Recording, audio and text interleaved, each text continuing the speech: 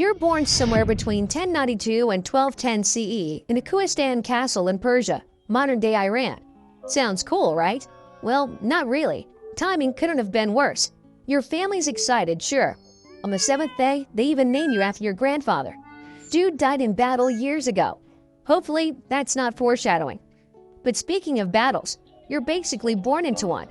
Turns out the castle you're born in? Yeah, it's been under siege for months. The Seljouks are outside, and they're not exactly here for tea. Your dad and uncles are out there fighting for their lives. But hey, your birth gives them a quick excuse to catch their breath. Probably the last good news they'll hear for a while. After the naming, yep, back to dying. Life inside the castle really sucks. No one's coming in. No one's getting out. Food? Basically gone. Water? Good luck with that. The little that's left is stupidly expensive. If you're not rich, you're probably dead already. Or, on the menu. Yeah, rumors of cannibalism are going around. Nothing screams happy childhood memories like wondering if Uncle Regis planning to season you with some salt and pepper. By the time you hit 7, the siege is finally over. The Seljuks are defeated, and your dad made it through, minus an arm. But hey, survival is survival, right? Could have been worse. You could have been dinner. Of course, 7 years trapped in the starving castle leaves a mark. You don't just dislike the Seljuks, you absolutely hate them. Like, ruined my childhood level hate. And you're not alone. Turns out you have an older brother, and you two are basically trauma bonded after that experience. But it wasn't all starving and praying your parents didn't die. The adults made sure you learned a few things. How to read. Drilled Islamic doctrine into your head, and made sure you understood exactly who you were. Nizari Ismaili, persecuted by pretty much everyone.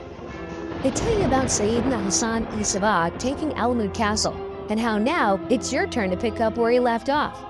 And honestly, you're here for it. By the time you're old enough to understand what a sword does, you've already decided you're gonna use it.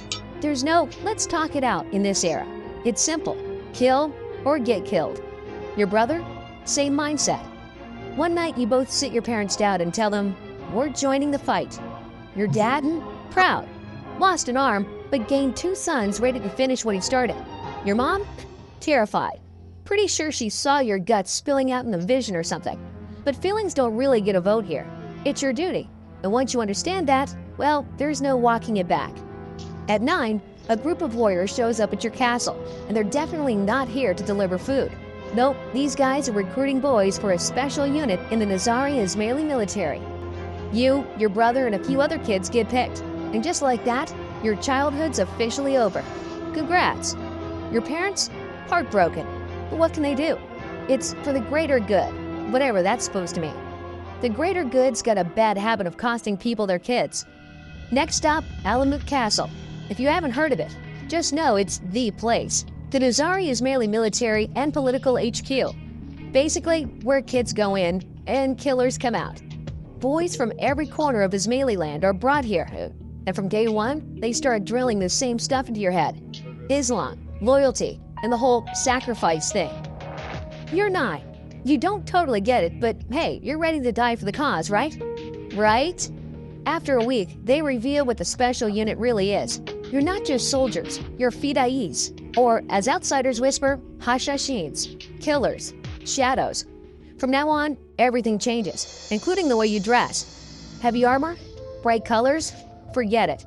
They give you simple, dark tunics designed to vanish in a crowd. A cloth sash secures your blade. Soft leather boots keep your steps silent.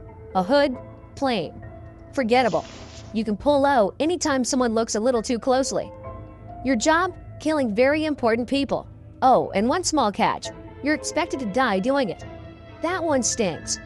You and your brother share a look because, yeah, that's not exactly what you signed up for. But no one complains. So, training starts. First, they break you physically. You run endlessly until mountains feel like warm-up jogs. Then they throw in climbing. Mountains, trees, castle walls. Quick, silent, like a shadow. It's brutal. Some of the kids don't make it. And when I say don't make it, I mean they literally died during training. But you survive. And so does your brother. Because if there's one thing you're both good at by now, it's not dying. At least, not yet. After a year of this nightmare, they finally hand you weapons. You meet your new best friend, the Jambia. a curved dagger that's basically designed for getting way too close to someone. If you're swinging this, it means you're close enough to smell your target's last breath. And trust me, that's exactly how the assassins operate. Up close, unseen, and absolutely final. But being a killer isn't just about stabbing people. Nope, you also learn to blend in, become invisible. Literally anyone, anywhere. They teach you languages, religions, customs, stuff you didn't even know existed. One week you're pretending to be a merchant, next week you're posing as a wandering monk. Basically, you become whatever gets you closest to the target. 10 years. That's how long this goes on. By the end, you and your brother are ready. Not just to kill, but to die. No running, no escaping. Confirm the kill. Whatever happens next, doesn't matter. Paradise secured. Then comes the day that proves it. One morning, the Grandmaster, the guy, calls all of you to the peak of a mountain. Says it's a loyalty test. You know it's bad when someone uses the words test and mountain peak in the same sentence. He picks 3 students at random. Lucky you, your brother's one of them. You feel your stomach drop, but you don't say a word. The Grandmaster starts reciting scripture about duty, sacrifice, paradise, stuff you've heard countless times, but this time feels real. And then he gives the order. Jump. No hesitation. Your brother doesn't even look back. He leaps instantly, along with the others. The sound when they hit the ground, you'll never forget it. Just the sickening plop echoing off the rocks. They're dead. You don't cry. What's the point? He secured his spot in heaven. But damn, you're gonna miss that goofy smile. The Grandmaster looks around and smiles, because he knows if he picked 10 more of you, you'd all jump. Right then, he declares training complete. No time to mourn. Not that you want to. You get your first mission immediately. Infiltrate a Seljuk castle and wait for orders. And honestly, you're hyped. You've dreamed of this moment. Killing a Seljuk? That's not a mission. That's a gift. It's your first time living among the non-Ismailis. Strange faces, strange customs. But you've been trained for this. Adapt or die, right? So you blend in. Easy. Your cover? Perfume trader in a Seljuk market.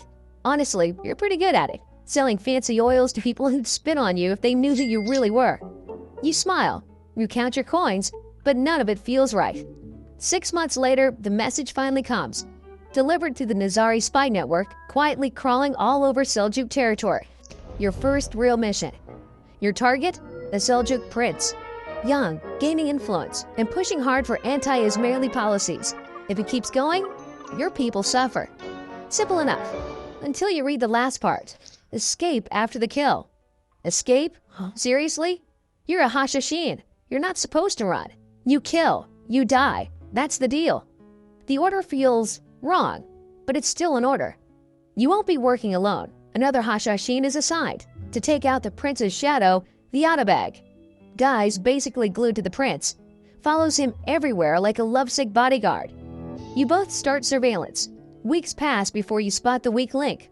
Every Thursday, the prince strolls through the market. Most think he's inspecting trade, but you see through it.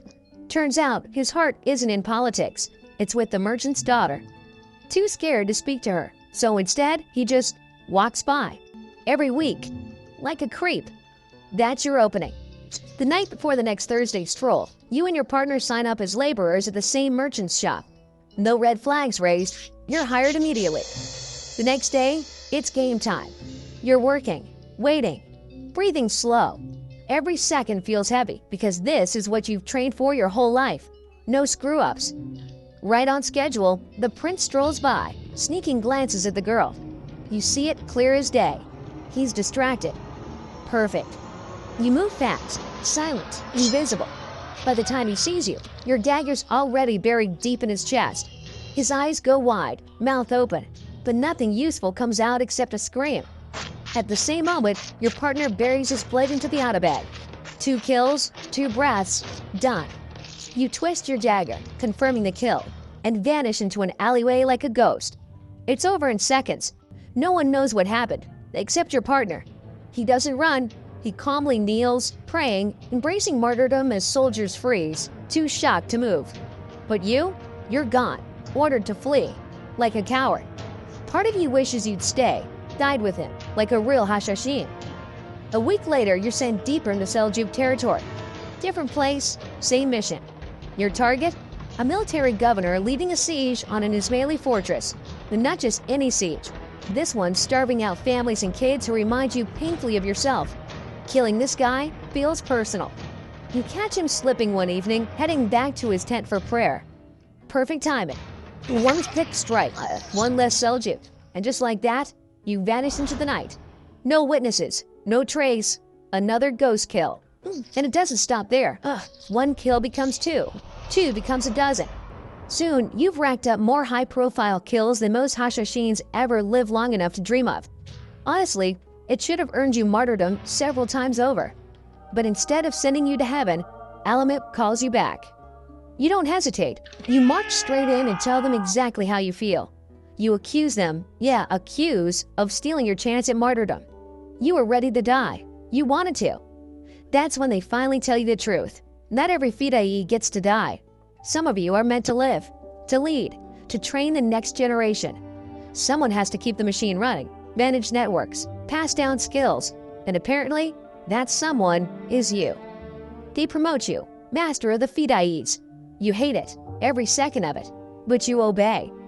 Now, it's your job to train the next wave. Boys no older than you were when your brother leapt off that cliff without hesitation. Wide-eyed kids still clinging to the idea of honor, glory, heaven. And here you are, teaching them how to die. Because that's what it really is. You're not showing them how to live. You're preparing them for heroic deaths no one will ever remember. Names that vanish the moment their bodies hit the ground. Every boy that steps into your courtyard, you see your brother. You see yourself. Every drill, every lesson. It's just another slow funeral. Generations come and go. You watch them grow, sharpen, and march toward their deaths, while you stay behind. Eventually, even the sect leaders start to fear you, because a man like you, survivor, killer, ghost, knows too much, knows where the bodies are buried, because you buried most of them. They stop giving you orders, stop visiting your quarters. You're not their master anymore. You're their ghost, the last ghost in a castle full of memories.